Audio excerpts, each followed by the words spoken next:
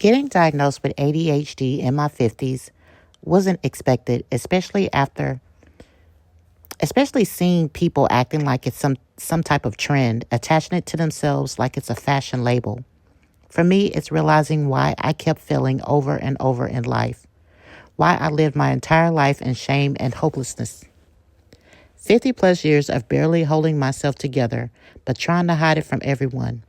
Hiding because I don't want them to know my shame, not wanting them to label me as lazy, unorganized, or even dirty, simply because trying to clean my entire house can be overwhelming. My brain wants to do 50 things at once, so I may start washing clothes, but 5 minutes later, I need to clean my room. And then 5 minutes later, okay, let me go clean my bathtub, and so on until nothing is finished. And I'm sitting on the floor crying because I can't finish anything, and I don't know why.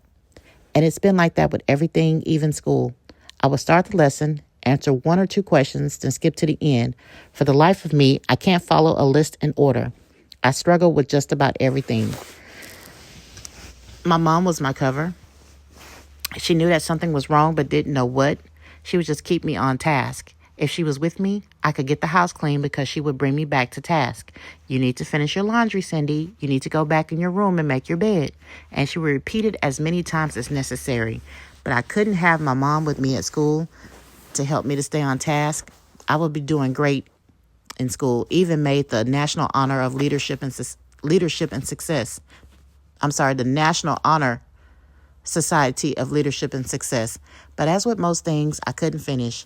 Imagine being smart, but whatever you can't finish in 10 minutes isn't getting done because your brain moved on to something else, and you spent the rest of the time you have left trying to coax it to stay on task.